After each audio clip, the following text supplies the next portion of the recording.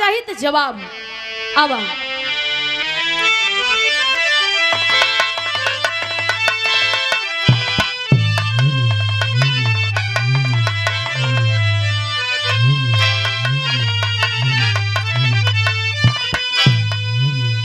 एक दिन महाभारत के दरमियान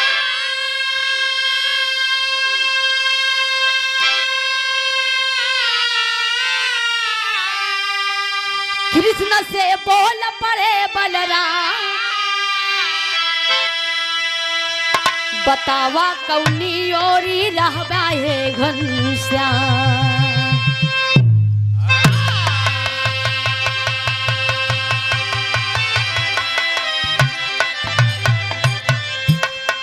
एक दिन महाभारत के दरमियान कृष्ण से बोल पड़े बलराम, बतावा कौनी ओरी रहबा है घनश्याम।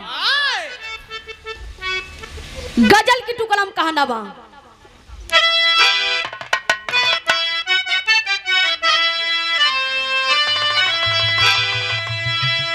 ई गजल इनके पे शूट करत बा।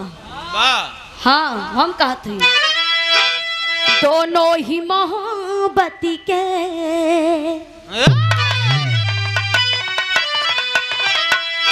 दोनों ही मोहब्बत के जज्बात पे जलते हैं।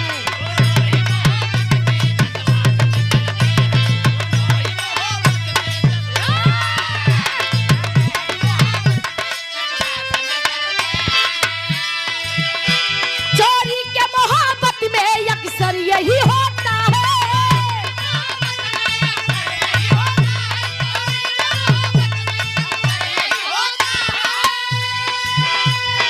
चोरी के मोहब्बत में अक्सर यही होता है। दरवाजे से आते हैं दरवाजे से आते हैं खिड़की से निकलते हैं।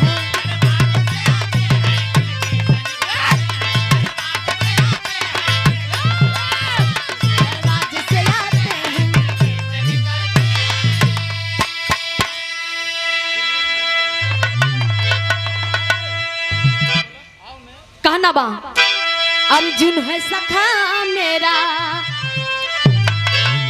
अर्जुन है सखा मेरा पंडाओं में रहेंगे।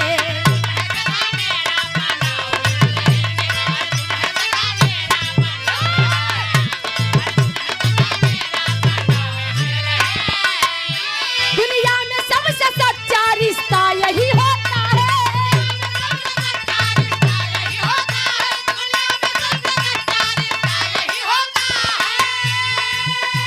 दुनिया में सबसे सच्चा रिश्ता यही होता है।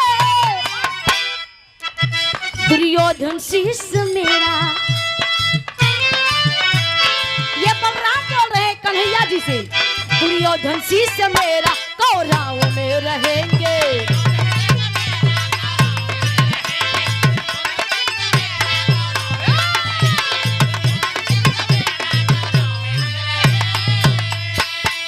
यही सी कहानी की शुरुआत बा मार सब।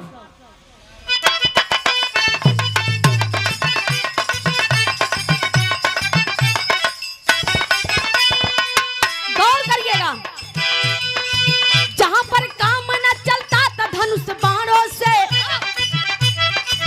जहां पर काम न चलता था धनुष बाणों से विजय नटवर की होती वहां मुरली तानों से।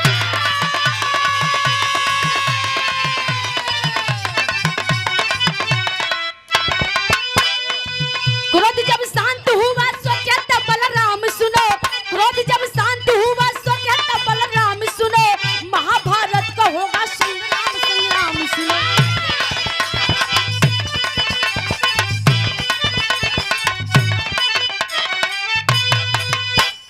कहानी की समझ ला। कौरव पंडाओं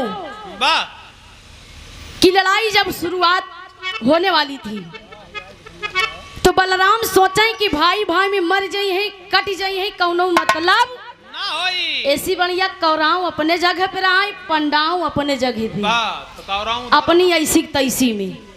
लेकिन बलराम एक बात कहे कि मैं चाहता हूं कि कौरव पंडाओं की लड़ाई ना हो। कौरव पंडाओं की लड़ाई ना हो। कृष्ण भगवान से कि आप पांडव की तरफ से रहेंगे या कौरव की तरफ से रहेंगे। कन्हैया जी हंस के बोलने लगे कि आप बताइए कि आप किस तरफ लड़ाई लड़ेंगे। बलराम कहने लगे मैं चाहता हूं मैं आपको बड़ा भैया मानता हूं। कन्हैया जी कहने लगे ओ बड़े भैया बातों बातों में हमें बहकाइए मत। आप क्या चाहते हैं, आप क्या बोलने वाले हैं, आप हमें बताइए। बलराम जी कहने लगे कृष्ण भगवान से कि आप से बात जो मैं कह रहा हूं आप मेरी बात से ध्यान से सुनिएगा। मैं चाहता हूं कि कौरवों का पांडवों का युद्ध ना हो। मुरली मनोहर चाहते थे कि इतना युद्ध हो कि कौनो सेना ना बचे, लेकिन जब युद्ध रुक जाती तो खेला ही नहीं शुरू होता। विधि का विधान जो रच उठा, जो लिख उठा, विधाता ने जो पन्ने में लिख दिया वो होना है। लेकिन मार सब कहना बा बलराम कन्हैया से कहती गीत बा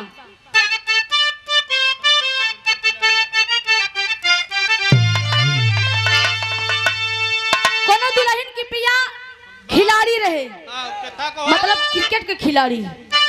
दुल्हन अपने सैया से बात कहे का कहे अरे चौचक उठा के तनी, अरे चौचक उठा के तनी, अरे मारा राजा छक्का, अरे मारा राजा छक्का, तब हम जानब खिलाड़ी हुआ पक्का।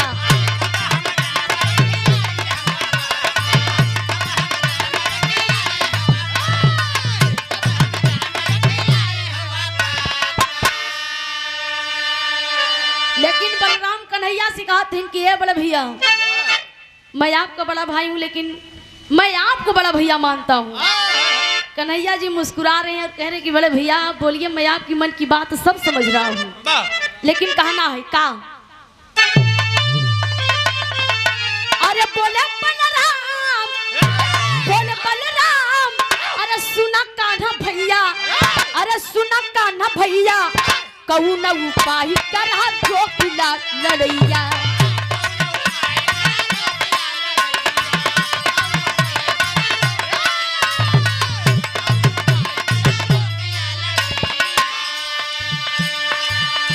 कहते हैं एक बात की मेरी बात आप ध्यान से सुनिएगा।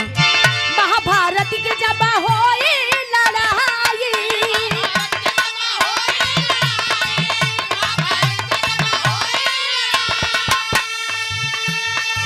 भाई भाई में मार काट होई जाई,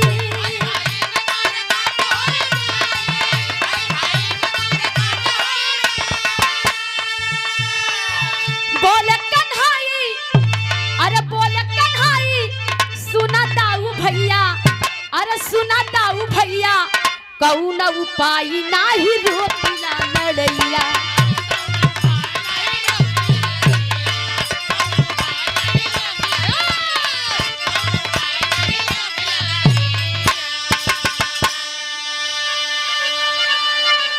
कन्हैया भगवान कहने लगे मैं अर्जुन की तरफ रहूंगा। बलराम सोचे जब कन्हैया अर्जुन का पक्ष लेत हवन ता दुर्योधन हमार चेला है, मैं उसका गुरु हूँ, मैं उसका पक्ष लूंगा, लड़ाई के मैदान में मैं उतरूंगा। ए भैया ओ समय जब कन्हैया जी बलराम के बात ना मनन तो बलराम जी कहें कि अब मैं ऐसा काम करूंगा न रहेगी बांस न बाजेगी। गीत बदल गई मार सब कहना बा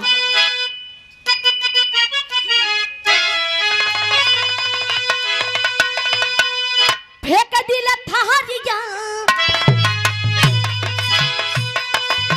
फेंक दिल थारिया, बलराम गइल झारिया, पहुँच लेके ना।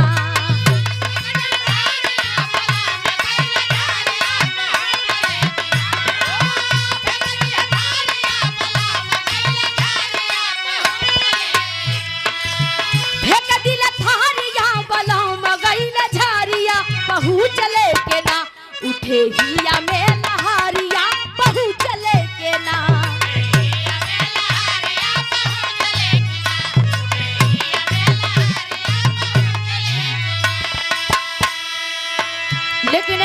उस समय बलराम जी का कहना है, का कहना बा?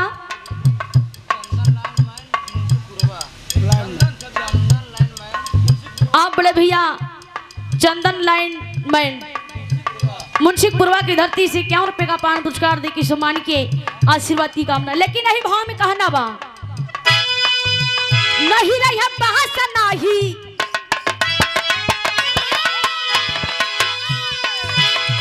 रही बास नहीं बाजी हाई बसूरिया कन्हैया सुना।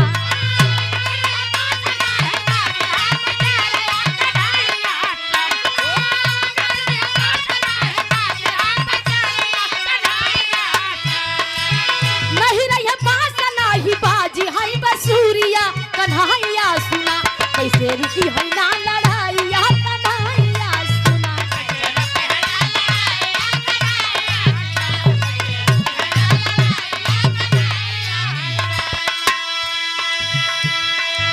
ए भैया उस समय क्रोधित में बलराम कहने लगे, मैं जो नहीं चाहता था मैं वो करके दिखाऊंगा।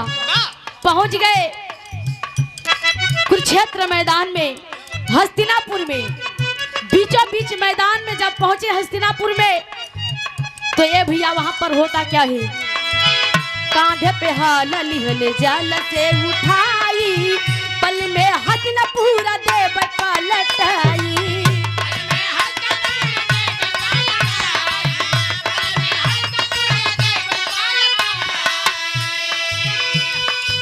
मचा कहर मन में, मचा कहर मन में सोचे या धुराइया कन्हैया।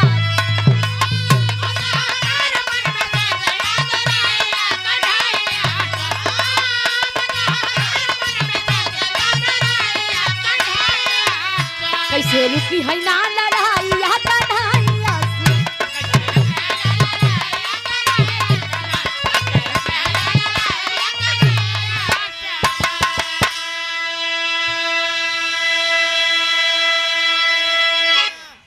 बलराम जब हस्तिनापुर में पहुंच गए तो ये भी अपना अस्त्र लेकर, उनका अस्त्र था हल, धरती छेदत रहे, हल लेकर जब पहुंच गए हस्तिनापुर में, तो मन में यही ठान दिए कि अब न रहेगी बांस न बाजेगी बांसुरी। कन्हैया मेरा बात नहीं मान रहा है, मेरी बात को उल्लंघन को कर रहा है। अगर मैं इस धरती को पलटा दूंगा तो न युद्ध होई न लड़ाई होई, कौनो बात न हुई। ए भैया उस समय क्रोधित में बलराम जैसे हस्तिनापुर मैदान में हल को चलाना चाहे, वैसे मुरली मनोहर एक माया रचती है। मार सब कहना का गीत बा,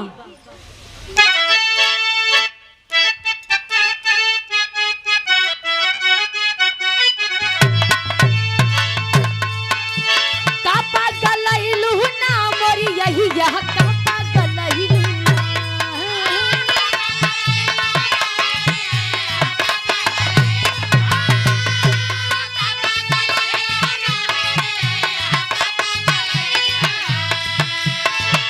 गलहिलू ना मोरी, यही यह कापा गलहिलू ना। हम त खुद यही बहु रहिया, हम त खुद यही बहु रहिया, अय्या कापा गलहिलू।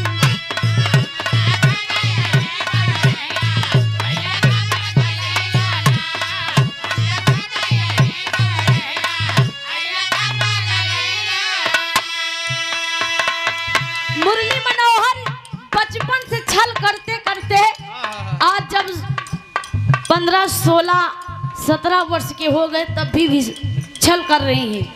कभी अपने भाई के साथ छल करते हैं, कभी गोपियां के साथ छल कर रहे थे, छल करते आए।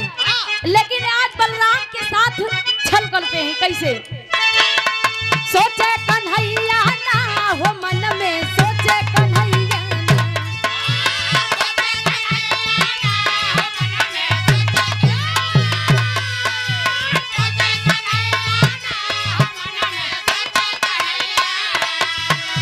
सोचे कन्हैया ना हो मन में, सोचे कन्हैया ना। माया से बनाए ये गैया, मन में सोचे कन्हैया ना। मुरली मनोहर अपने बड़े भैया बलराम के साथ छल किए कि एक माया की गाय बनाकर हस्तिनापुर में ले गए। माया की गाय बनाकर हस्तिनापुर में ले गए, जहां बलराम हल चलाना चाहते थे। और क्रोध में बलराम की मेरा कन्हैया मेरा बात नहीं मान रहा है, और उसी हल के सामने उस माया की गाय की बना के खड़ी कर देलन। क्रोध में बलराम उस हल को चला दिए गाय के ऊपर। गाय के ऊपर हल चल गया, गाय मर जाती है।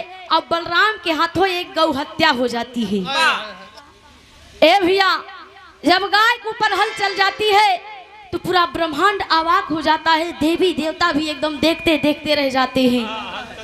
गाय जब मर जाती है या भैया पूरा ब्रह्मांड अवाक हो गया कि आज बलराम के हाथों एक गाय की हत्या हो गई, पाप हो गया।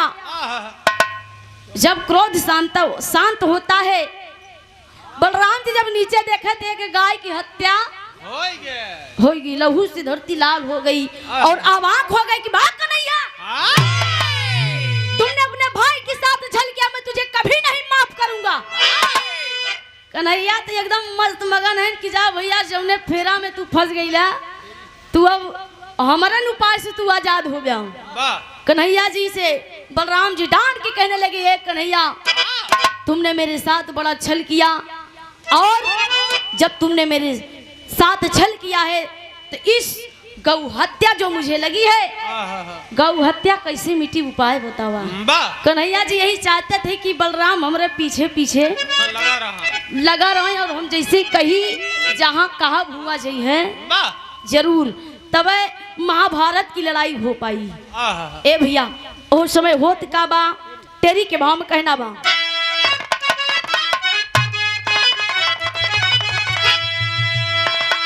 दाऊ के हथियारिया लगी, अरे दाऊ के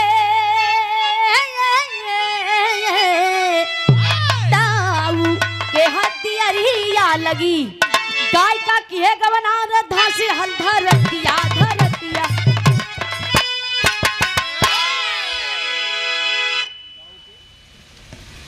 मुरली मनोहर गौ हत्या कैसे मिटी एक उपाय बताते हैं कि बड़का भैया हमार बात सुना, गौ हत्या कैसे मिटी, कहना बा।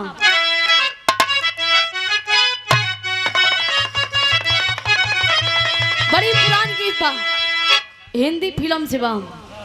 तो बा कैसे है नादान, तो बा कैसे है नादान घुंघरू पायल के, तो बा कैसे है नादान घुंघरू पायल के, तो बा कैसे है नादान। लेकिन यही भाव में कहना बा, मुरली मनोहर अपने बड़ा भैया बलराम से कहती, झट से बोल पड़े बलराम, झट से बोल पड़े बलराम, सुनो क्या करना है।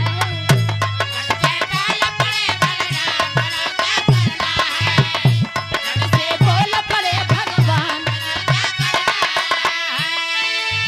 झट से बोल पड़े भगवान, सुनो क्या करना है। सूखा बांस दिए भगवान, सुनो क्या करना है।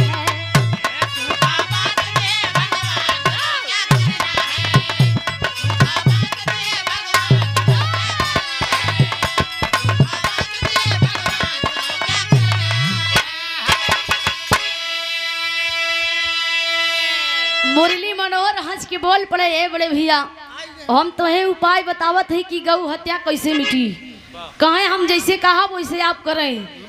अब बलराम सोचत हैं कि हमार जितनी साजिश रची रही कुल माटी मिल गया, कुल माटी मिल गया।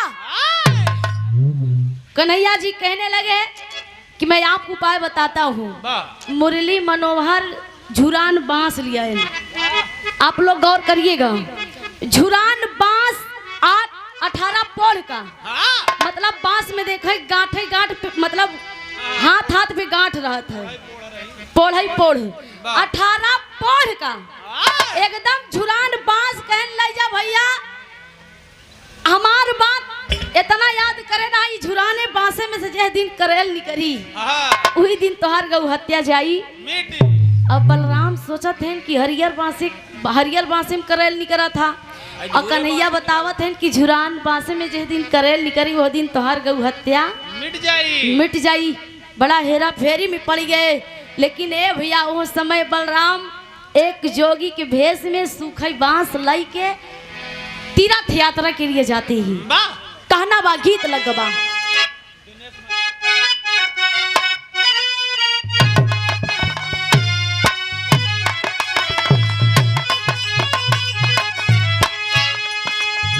छपतीला कसब छीन रे मोसे नैना मिला के, छीन रे मोसे नैना मिला के,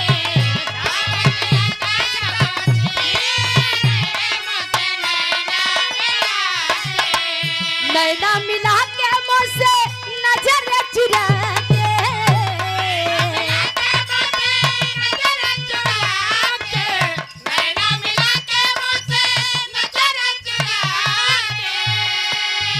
छपतीला के सब छीन रे मोसे नैना मिला के।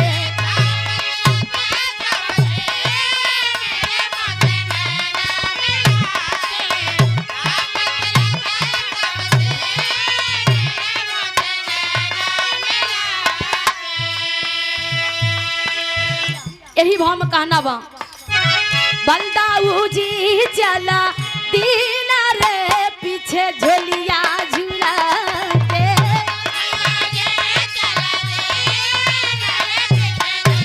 बाबा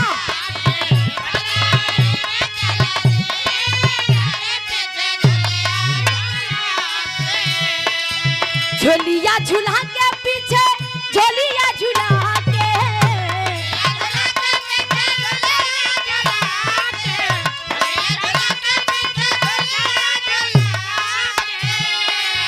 झोलिया झूला के साधु भेसिया बना के, पीला वस्त्र याबा लीना रे पीछे झोलिया झूला के।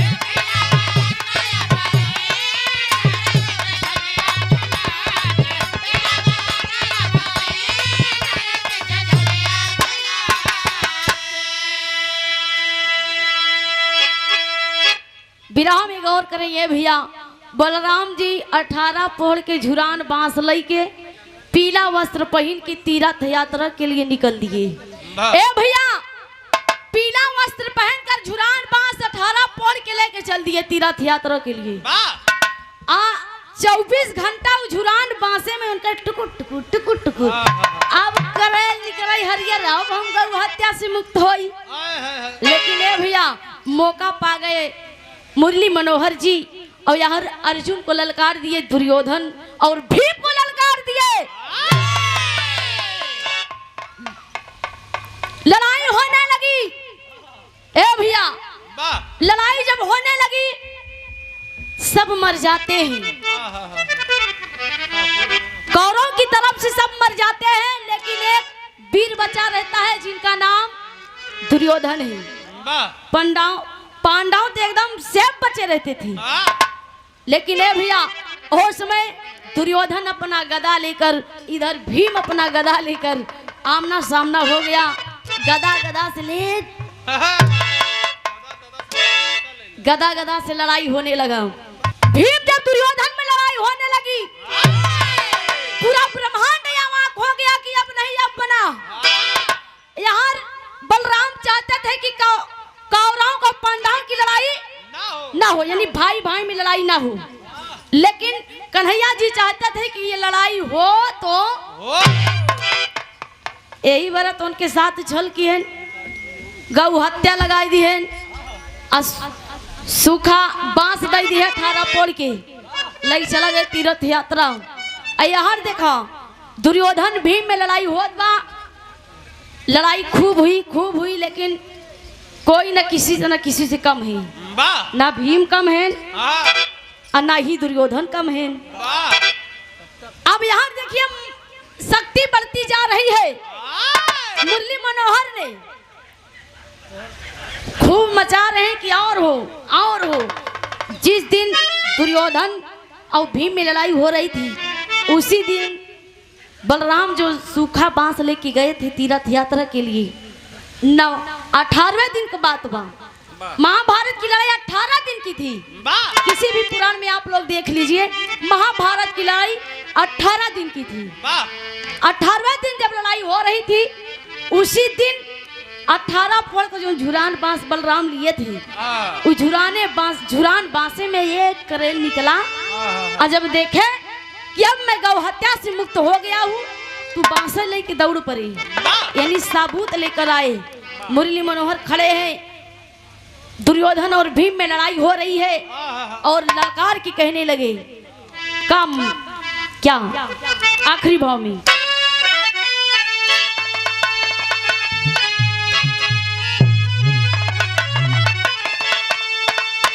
18 दिन की महाभारत की लड़ाइयाँ चली। 18 दिन की महाभारत की लड़ाइयाँ चली। ताऊ घूमई बन बन लई के सुखी कुबरी।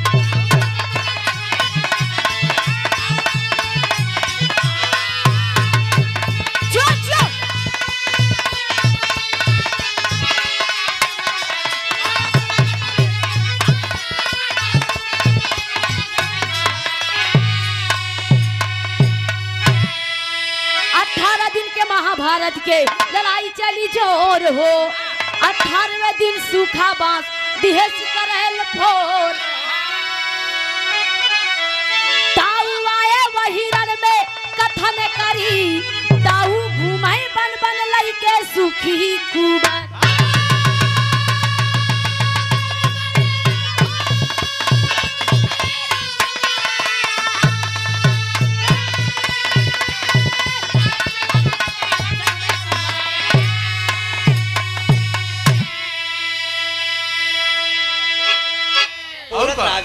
ए भैया 5 मिनट क्या हुआ।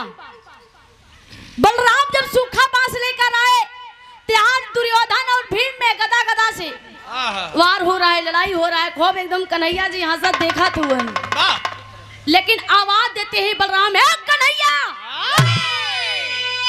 मेरे साथ जो छल किया तो किया, लेकिन अब मेरे चेला के साथ छल नहीं कर पाओगे। मैं आ गया हूँ। देख झुरान बांसे में करेल निकला है और मैं गौ हत्या से मुक्त हो गया। आप मुझे कोई टेंशन नहीं, अगर तुम्हें मुझसे लड़ाई करना हो तो आ जाओ। अब जब मुरली मनोहर जान गिन कि अब तो गौ हत्या मिट गया, अब यही में जितना हमका चाल चले के हम चाल चल ले, लेकिन अब ओकरे आगे चाल न चल पाऊ। मुरली मनोहर भीम की इशारा किए जोन गदा लिया वही गदा खींच के एक गदा भीम के दुर्योधन की जंघा पे मारा। भीम के कहा जोन गदा लिया एक गदा खींच के दुर्योधन की जंघा पे मारा। अपने आप कहानी समाप्त हुई गई। इशारा समझ गया भीम, खींच के एक गदा मार दिया दुर्योधन की जंघा पर।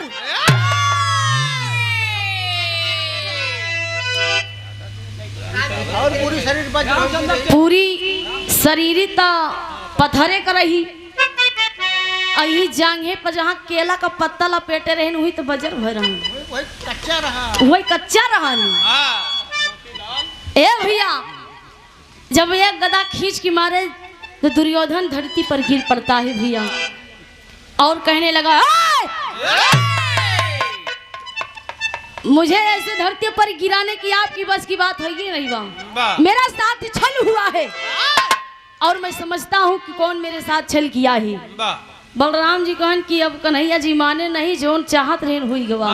काम तमाम कर देन बेचारे। लेकिन दुर्योधन तब भी नहीं मरता है। जब यहाँ पर गदा पड़ता है तब भी उसकी जान नहीं निकलती है। अरे वो अमर था, ऐसे मारे को बस की बात नहीं रही। उ त कन्हैया जी छल किया रहन तब हिया कच्चा रहन हाँ ना तो दुर्योधन के एकदम पक्का कही दे हाँ, नंगाई जात रहन कहूँ माई लगे चला जात तब उ त मुरली मनोहर जी छल किहन आखिरी भाव में कहना बा गुरु घराने का परिचय